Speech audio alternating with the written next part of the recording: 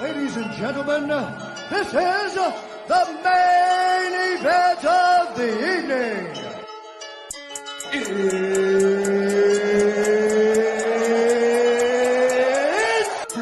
It's time!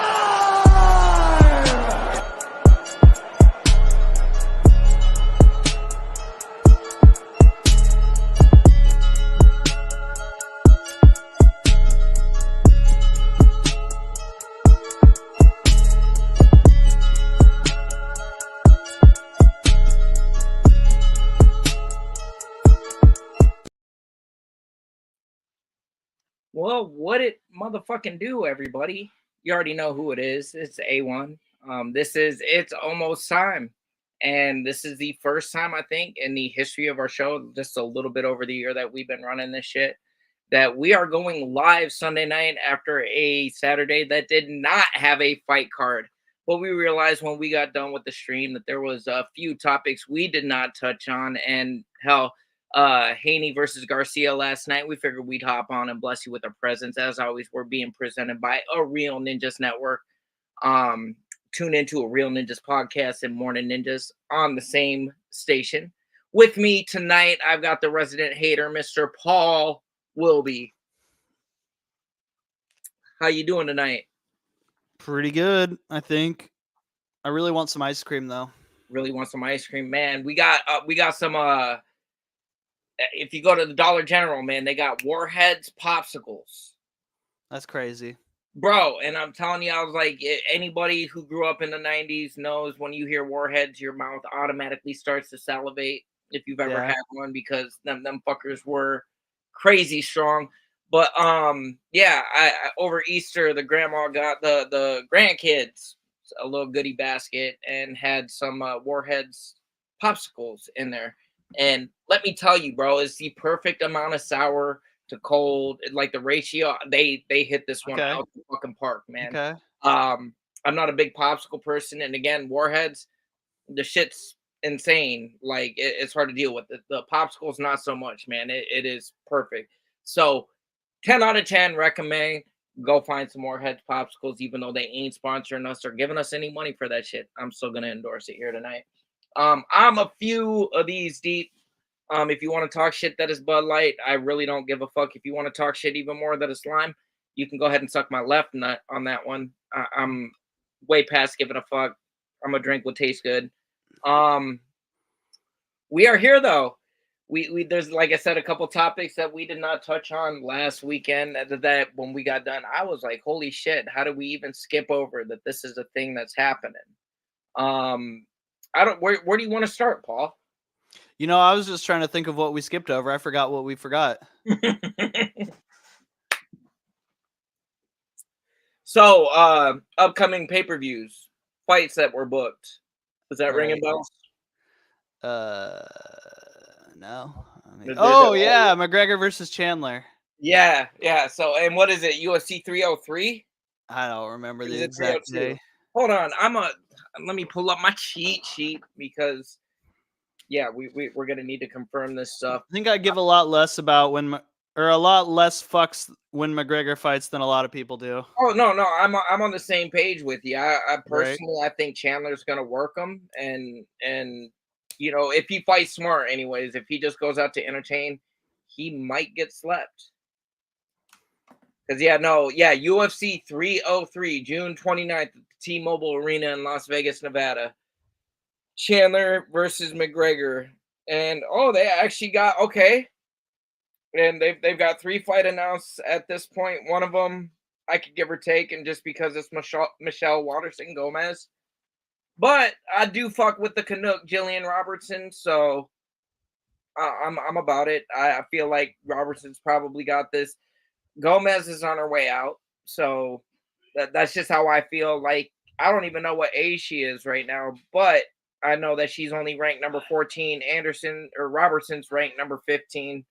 She's getting her spot took probably, and again, I don't think that the karate hottie has had it skill wise for a few years since like the new class came in and shit. Nothing against her. I respect what she's done for the sport, but she gets outworked just about every. I feel like she gets hurt Gomez? every fight that she's in. Yeah. Yeah. We also got Joe Piper versus Marc-Andre Barriault. I kind of like that matchup. I feel like Barriault's a little bit more ground heavy, but again, Piper needs a little bounce back, tune up fight after the last one he dropped. And then Forgot he did lose his last one, didn't he? Yep. And I know this because I was on that Piper train and got that parlay busted, and now I'm playing catch up. You beat Joe Piper, just not on the night that I picked him. Right. But prior to that, I mean, June is stacked. Period. You also got Whitaker versus Shamaev, and that's going to be in the Kingdom Arena in Riyadh, Saudi Arabia. You got okay, they actually got a few fights booked. Johnny Walker versus Volkan Ozdemir. You got Shara Bullet Magomedov versus Ihor Patera. Then we got Kelvin Gastelum versus Daniel Rodriguez. I thought Daniel Rodriguez got cut. Maybe he took a little sabbatical. And then you have main event Robert Whitaker versus Khamzat Chimaev. That should be a good fight.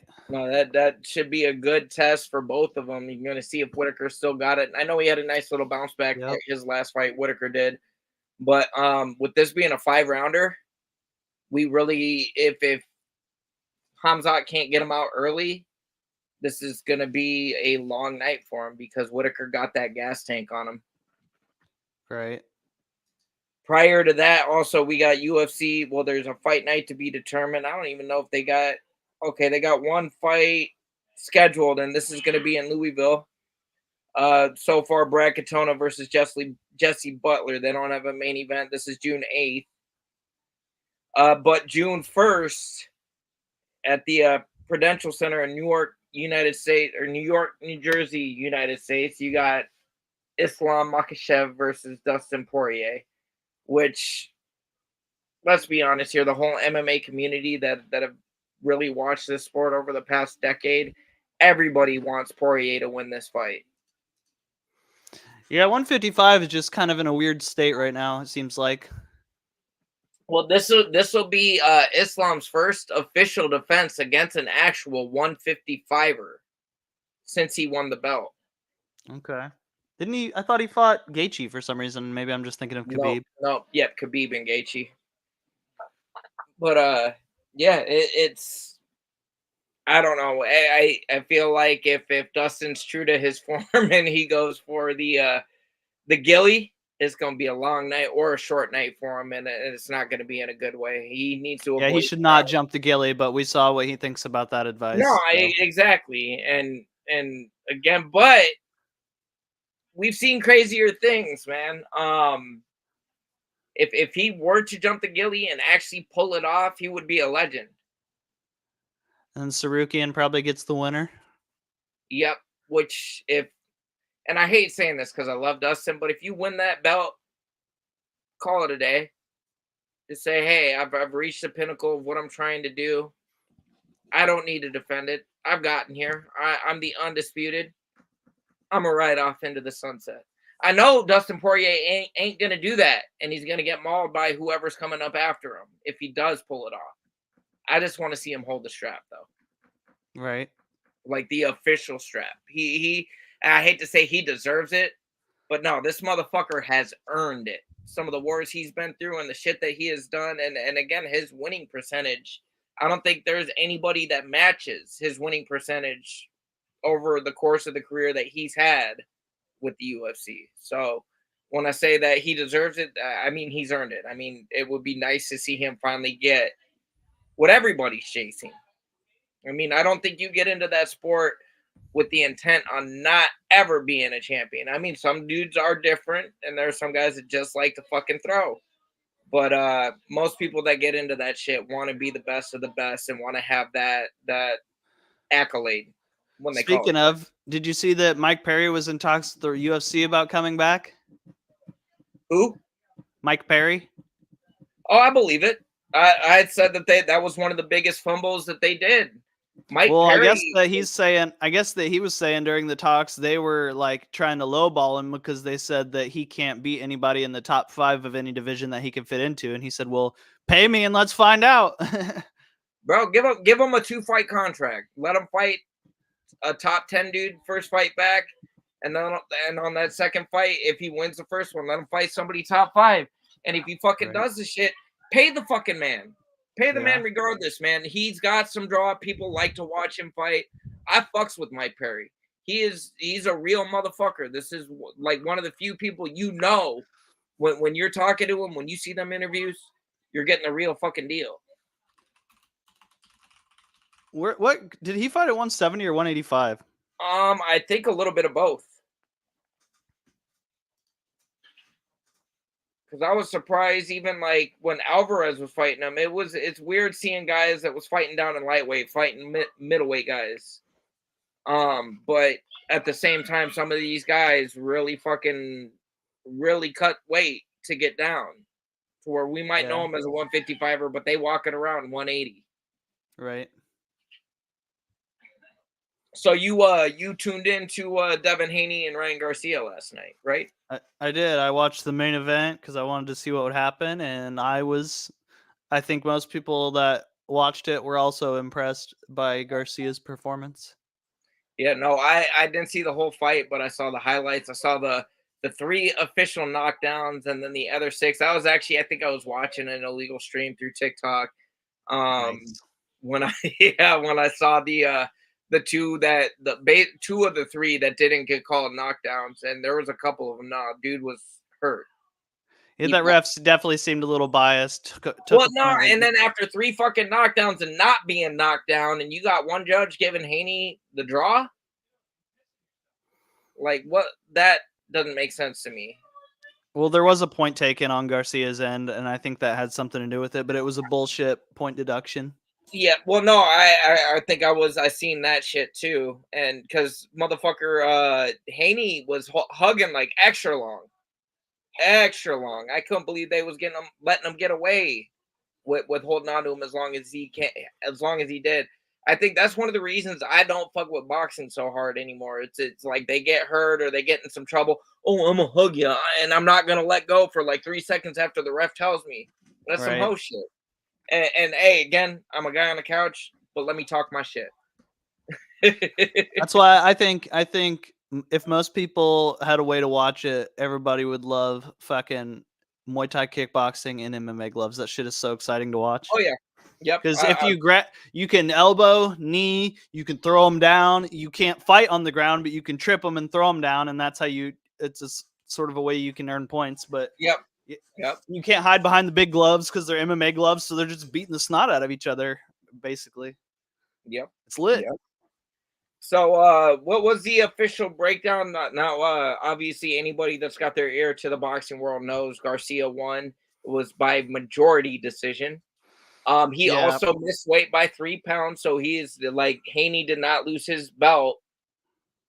But I guess these two have fought 7 times over the course of their career. A handful of times in amateur, and the official statistic now is all time, I guess, is Garcia 4 and Haney 3. Yep. All the fights previously were amateur. They fought 6 times in amateur, I'm pretty sure.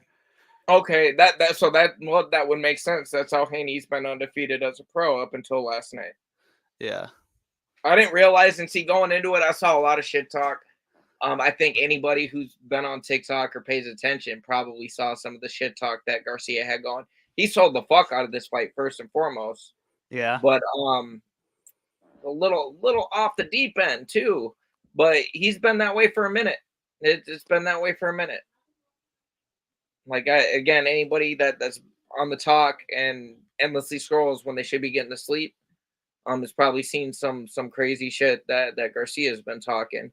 And then there's other the post fight. Yep. Well, yep. He said he was he battled the Illuminati in one, and then he battled Haney in one. I was just gonna touch on that part where he said he was drinking every single night up until the fight. God damn. Yeah. That's probably why he missed by 3 pounds, missed weight.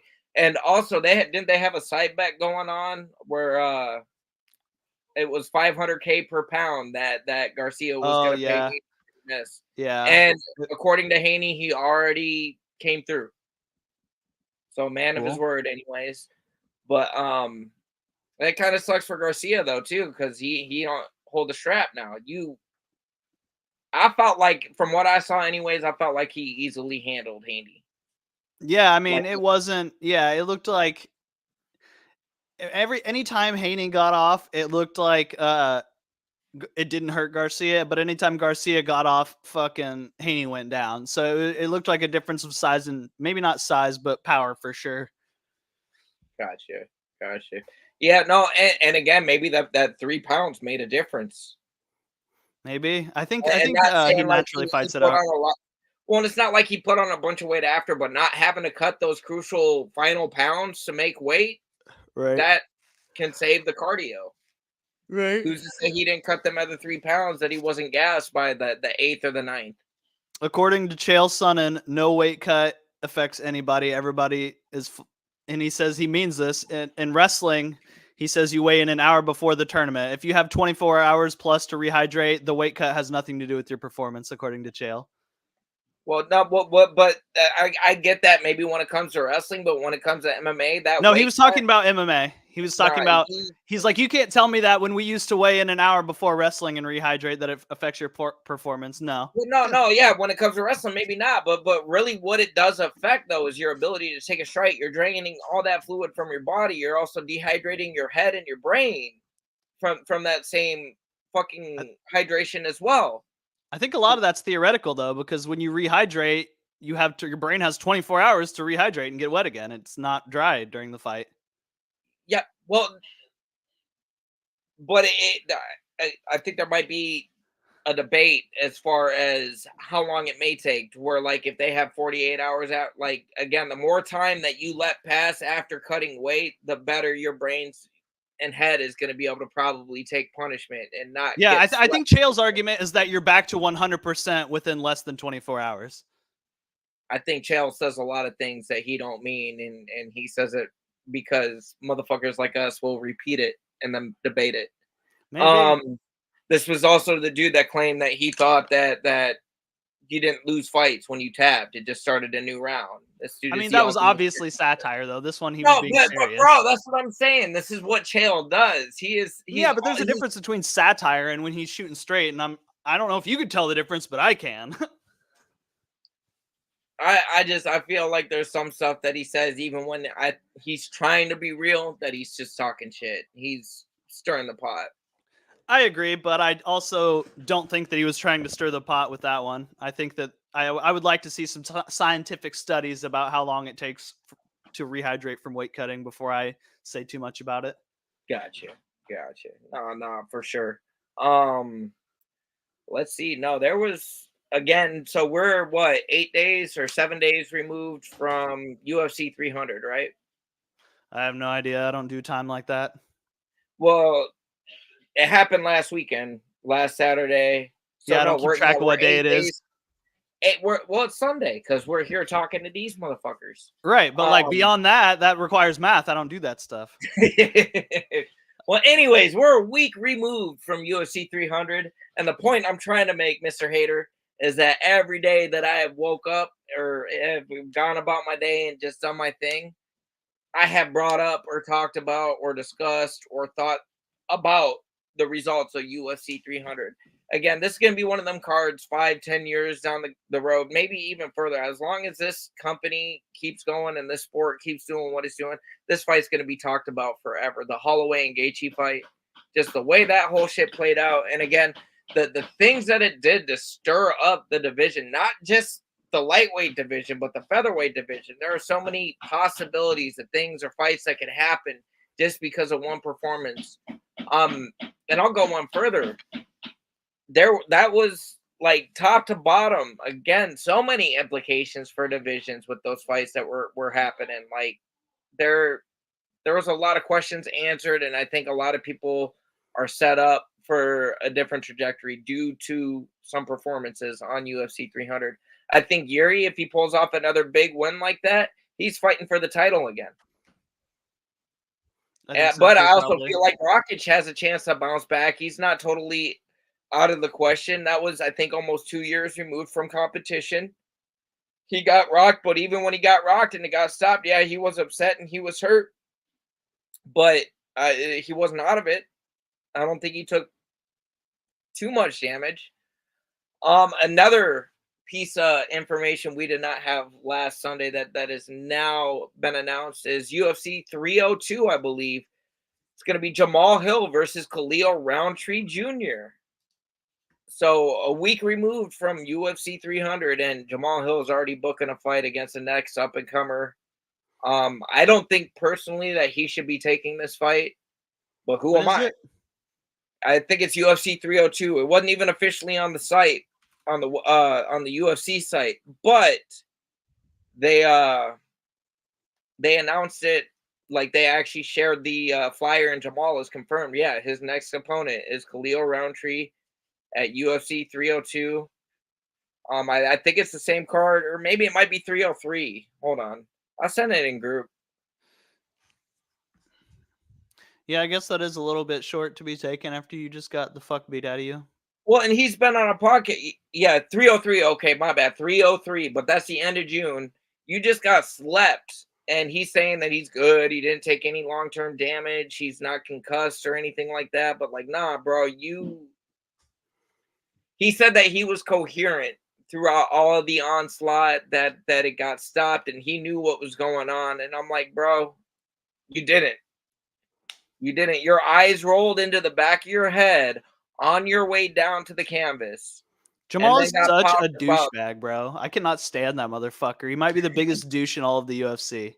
He's such a fucking pussy, dude. Like, why can't you just be yourself and not try so fucking hard to be the tough, cool guy? Like, no one gives a fuck. Stop being, and especially when you're not good at acting, like Jamal. He obviously cares so much about what everybody thinks, but he's like, oh, I'm this fucking tough badass guy, but like I get fucking offended when some random couch potato tells me that I'm fucking emotional. Shut the fuck up. No, and somebody commented on one of his posts saying about how it wasn't an ass whoop. It's not even that bad of an ass whooping if you're getting paid for it. And he goes, and Jamal replied to the random dude and said, it wasn't even an ass whooping, LMAO. I'm not even damaged. Like getting knocked the fuck out in the first round is like the definition, one of the two definitions of an ass whooping, besides getting the brakes beat off of you for 5 rounds. Yep. I agree.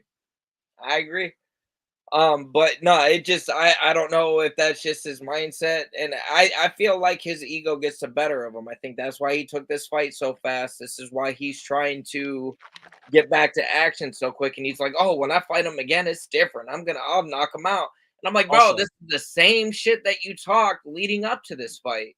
So I'm gonna knock him out. I'm gonna show you. On a persona. When I do, I'm gonna rub it in all of your faces. Yeah. And then then when people rub it in his face, he's like, nah. Y'all just gotta put some respect on my name. He's the Birdman of the MMA. He's a bitch. I will say though that if he's not that big of a douchebag and he's putting on a persona, then well done, Jamal, because I fucking hate you and you're a great heel if this is fake. Well done. If this is the real you, you're a douchebag, but if you're playing heel, well done. Fair enough, man.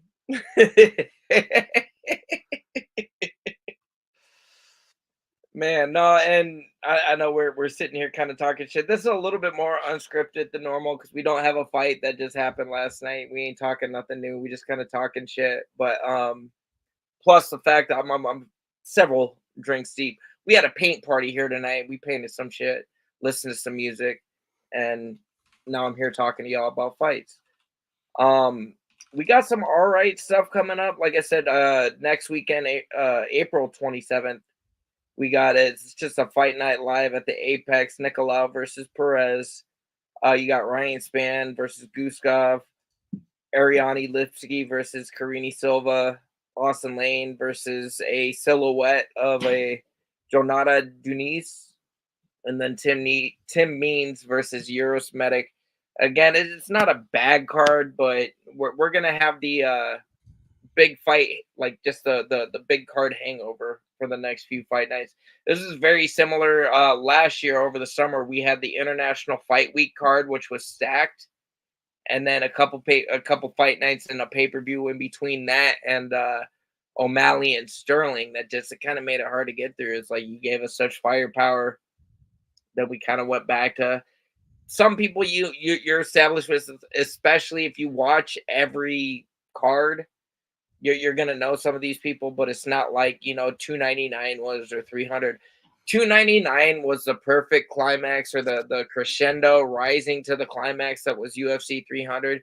You had so many people hating too, thinking that 299 was better than 300. And don't get me wrong, 299 was good, but I wasn't talking about it even 8 days later like I am now. I'm gonna be talking about 300 for a minute. Like it's gonna be a while.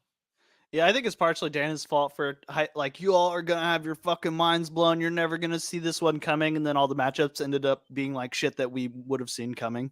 The best thing that came out of that though was when the internet ran with it and started talking about they needed to oil them up. And like, nah, bro, this like, I've seen a couple clips of Dana. He's a good businessman, but he doesn't always get the joke. Chael was having an interview with him one night, and he goes, what's 6 feet plus tall, dark, and handsome, and is gone before the blink of an eye. And then he ends his fucking his FaceTime, and Dana's going, oh shit, he froze at the punchline. That's savage. Oh no. That's hilarious. That is probably my favorite Dana White clip of all time. What was that? But I like the one where he's talking about coming for the fucking illegal streamers. Oh, you turned it on. We got you, buddy. We got your ass.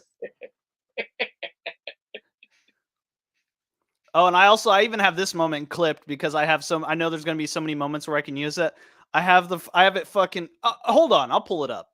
Let's see what you got here. Because this is an iconic Dana White moment. I have to be able to find it, which is the problem.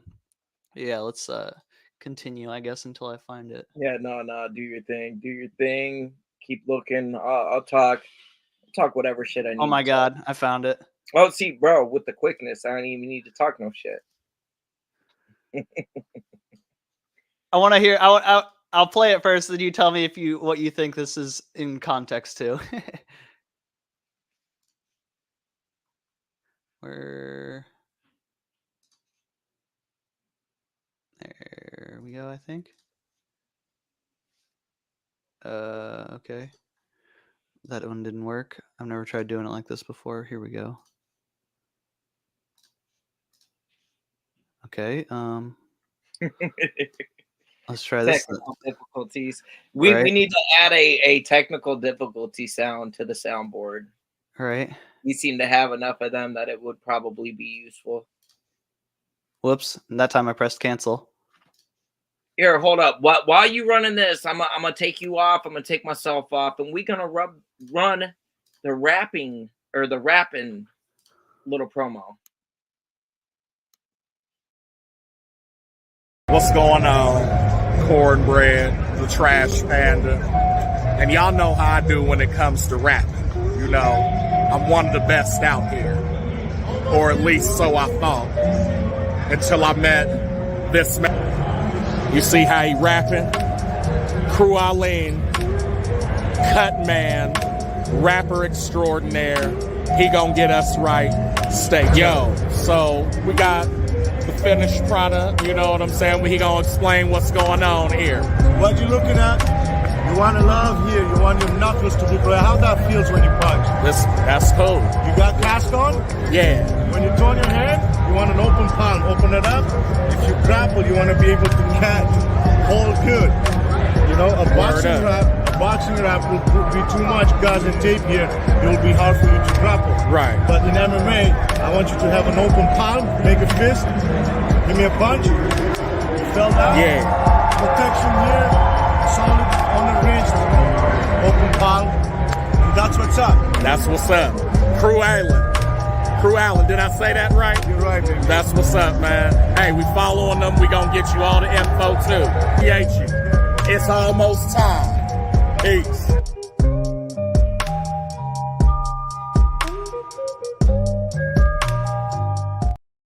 What's going on? I Yeah, always that's- forget how dope that, like, we had a fun time at International Fight Week, and Cruellin was good for doing that. Oh, Yeah, that shit's a good video. here we go.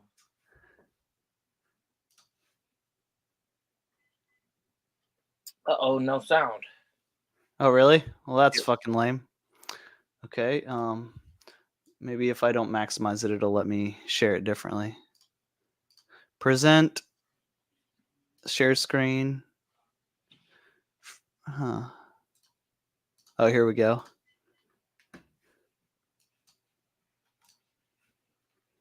Still no Sound? No sound.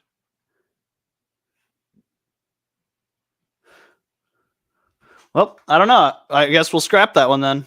Fuck that. Alright. No, so what is he saying? He says, what is my punishment? I'll tell you what my punishment is. I got to walk around labeled like this for the rest of my life. Basically nothing, no punishment. And it's a reference to him hitting his wife. Oh shit. And he's talking about they're asking him what he thinks his punishment should be. He's like, what should my punishment be?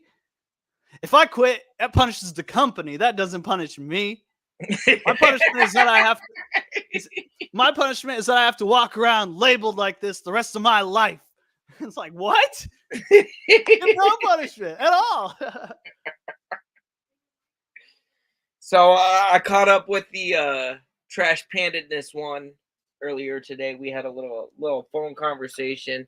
He still ain't caught all of the main card. They've been busy over on that end, and I guess doing things. And I guess 300 wasn't spectacular enough for him to have been watched it by now. I know if I went to watch it live, that would have been one of the first things I did when I was cognitive and could function. I would have had to have ran that back. I wouldn't, because I'm dying so much to know the outcome that I would immediately just go to Sherdog instead of watching it. Well, and he was saying he pretty much knows the outcomes of the fights. He understands what happened in the majority of them, but he's only seen the undercard and he saw the Holloway Gaethje fight.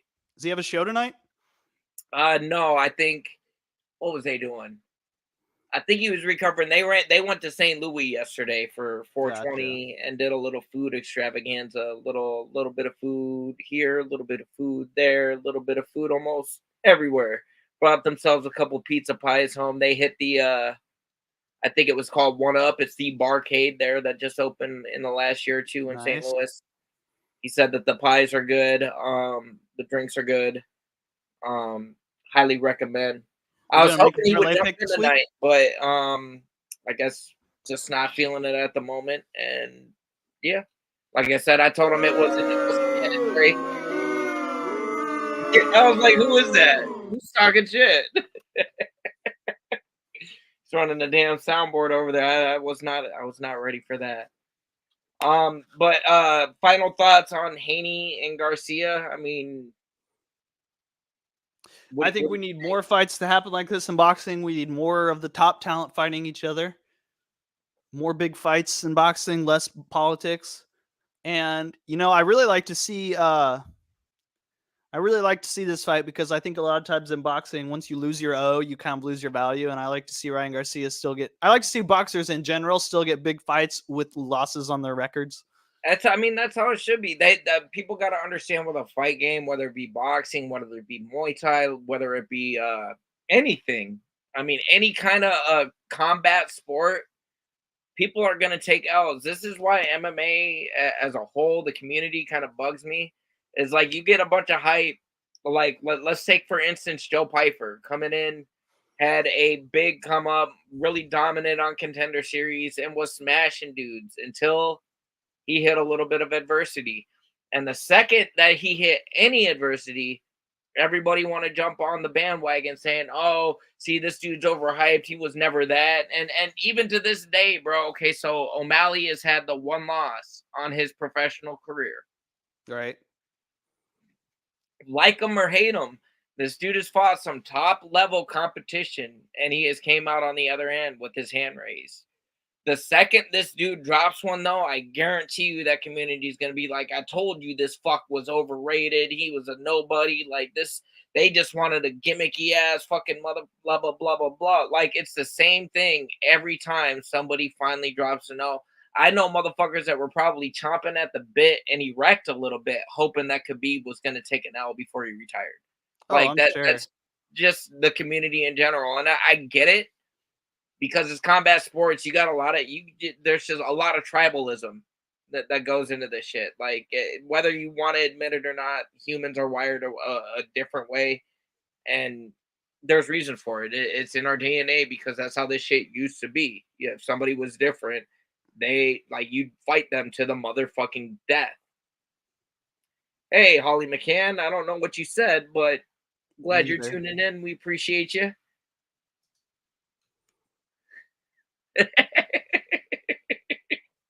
I'll take it, man. I'll take it. They're speechless. Yes, that's what it was. Yep. No. We must. Oh, wait, I got it for. That's what you meant to say.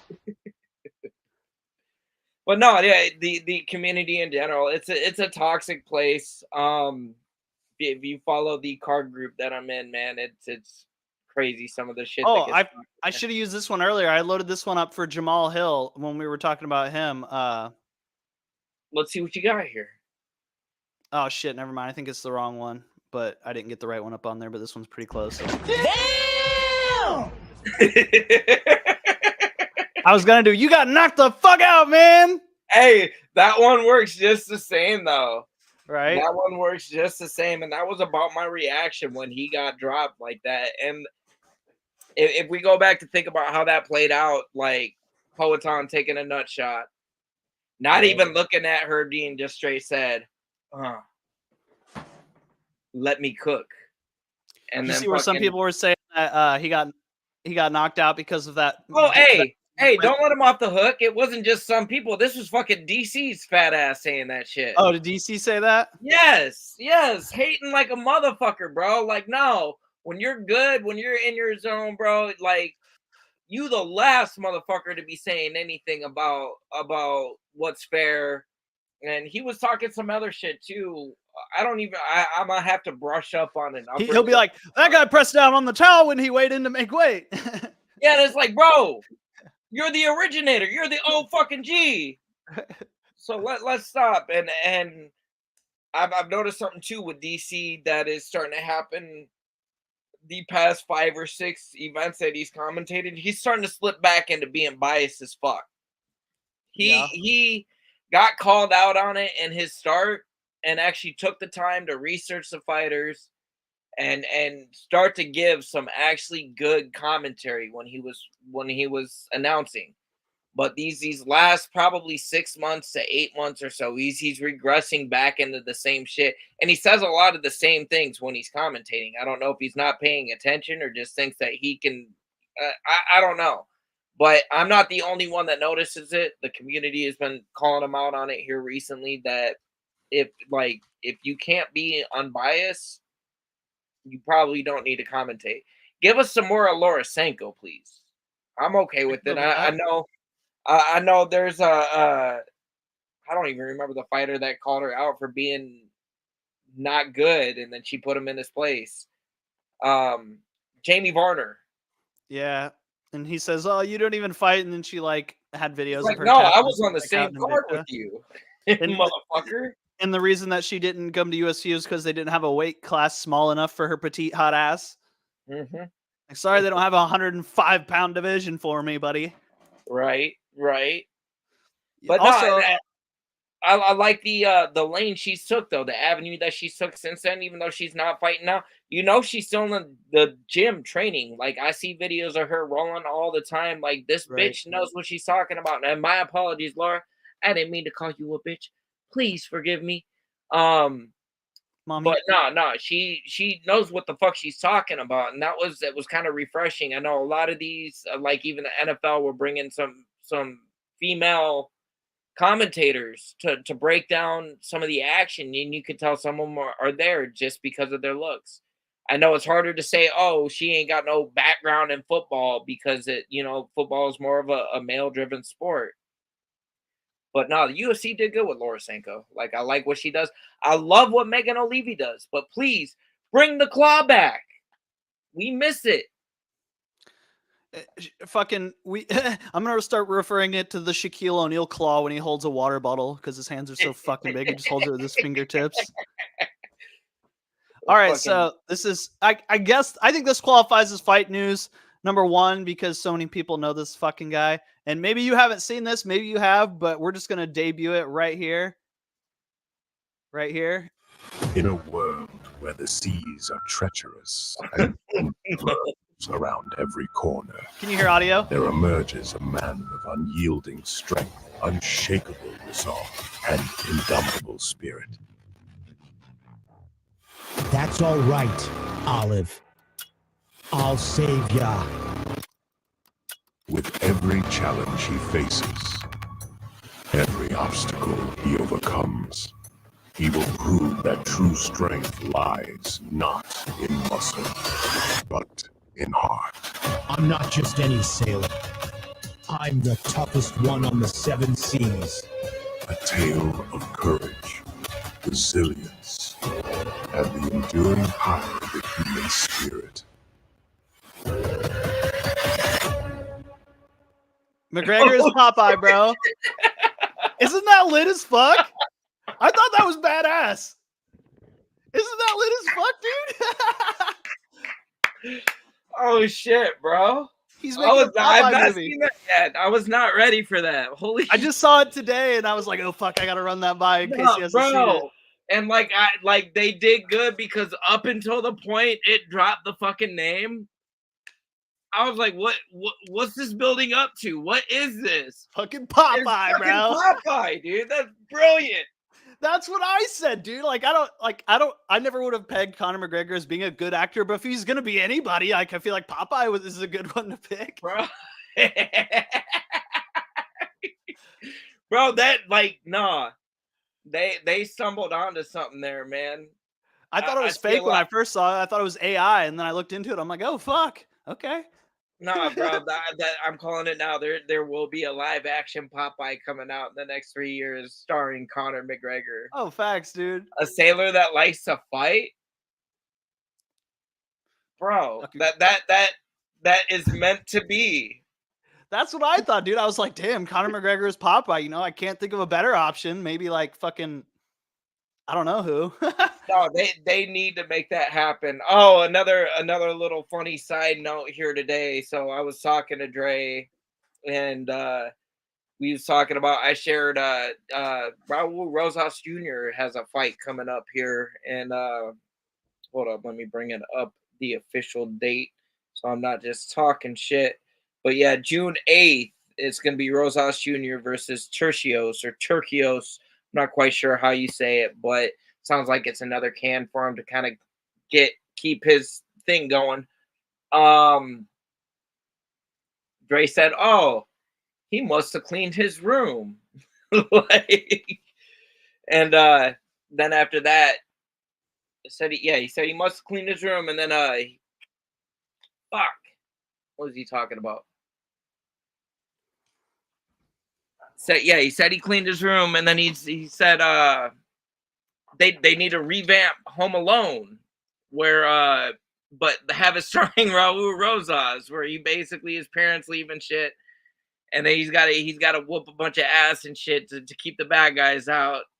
But then his parents get home and he gets grounded because the house is trash. That's and hilarious. His pops is like saying, "Nah, you got to clean your shit before you can fight in the UFC again. You got to understand, son." Every time we come home from a trip, Raul has the fucking house destroyed and has this big elaborate story. but Poppy. Oh shit. No, that one had me tickled a little bit. I shared a little meme in the Facebook chat. It was crudely put together, but it got the point across. You did. I liked it too.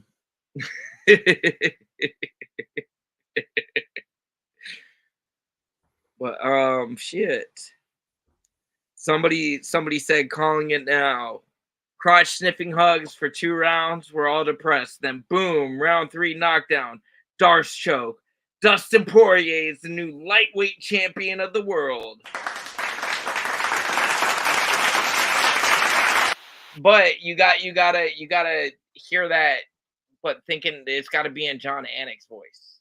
Oh yeah, okay. We need to get a bunch of fucking. We need to get an AI thing to have and make it use John Anik's voice to have a bunch of sound bites for us to use for our stream. Bro, I'm down. They'd probably fucking copyright strike our ass for using his voice. What is AI, bro? Anybody can do that. Right. That's y'all fucked up giving AI to everybody. I like we're at a point now. I almost not gonna believe 99% of the shit that gets posted just because I know it could be AI. I know how crazy that shit is. Yeah, it is getting really fucking crazy, man, with AI and shit. Bro, no. Like 2 or 3 years ago, like you would try to have somebody eating spaghetti and Will Smith eating spaghetti, and it was all fucking warped and shit. And now it's legit making movies. There's a reason a strike happened in Hollywood, and the reason was AI. Like they know what it's fucking capable of now. Like this shit. And I hate to know what it's gonna do to, like, you know, animated shows with like voice actors. Like, that's what I'm saying. You know how many times I'll come across a video on TikTok or YouTube that's breaking down fights and it's in Joe Rogan's voice, but you could clearly tell that it's not Joe Rogan commentating this shit. I'm like, oh no, this is too robotic. This is not right. This is AI. Yeah. I've heard that shit too. Okay, so you see that now. No, there's been a couple of channels I've unfollowed or said, "Hey, don't recommend this bullshit to me anymore. I don't need to hear this fake shit." But it's crazy how many people believe it's the legit motherfucker. Either that or it's just other AI commenting on it. There's a dead internet theory actually going around that a lot of there's a lot of AI generated pictures going around that are getting massive likes. But it's only getting massive likes from other AI programs that are just trying to boost the posts. And you can tell because as it progresses, it goes from being really pristine pictures to a bunch of trouble. It starts going back into garbage because it's getting positive feedback regardless. To where, yeah, it's a weird theory. Look into it. My thing with AI is, like, you know how AI pulls images from the internet to make them look more realistic or whatever to build what it builds? So, like, eventually, the more AI art that comes out will be fed back into the AI, and then it will stop being able to make... I think it's going to kill itself eventually, maybe. Well, no, and that's the theory. That's the theory, is that it's starting to regress back into the basic shit because it doesn't realize that it's feeding it its own shit. Right. So that's one of the things that has had me not as fearful as AI as some people. Like, eventually, I think I don't know how to articulate it because I don't know enough about that shit, but I think eventually it will balance itself out somehow. It'll hit a plateau or a happy medium. No, I get what you're saying. But anything else to add for the evening? I'm feeling like we covered. Should we make parlay picks? Did we already do that? We did, and let me find my little cheat sheet. I know I got it around here somewhere. You picked fuck. I picked Bogdan Guskov. Yeah, you picked Guskov. This is from Uzbekistan. Let me take a look at this shit again. I almost don't remember my own pick now.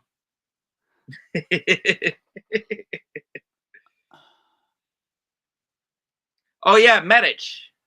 I picked Medic. Okay. And yeah, the only pick we don't have is Mr. Bruddington 3017. Yeah, we'll get on that though, and obviously we ain't gonna be able to give it to the people prior, but when we lock it in, you already know. Yep. It should be a shoe win, and I am happy to say that our fucking 300 parlay pick hit in spades. Yep. The shit was nice. Parlay boys.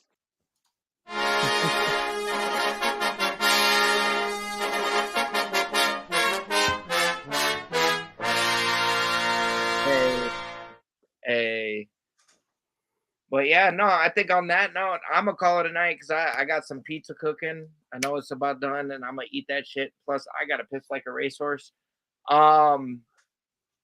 We'll be back though next Sunday, 8 p.m. Central Time. For those that want to be tuned in and want to know what the no is, be here next Sunday at 8 p.m. We'll be as always. Yep, that sound. But as always, this is your boy A1, resident hater Paul, and this has been It's Almost Time. Next week. Next week. Ladies and gentlemen, this is the main event of the evening.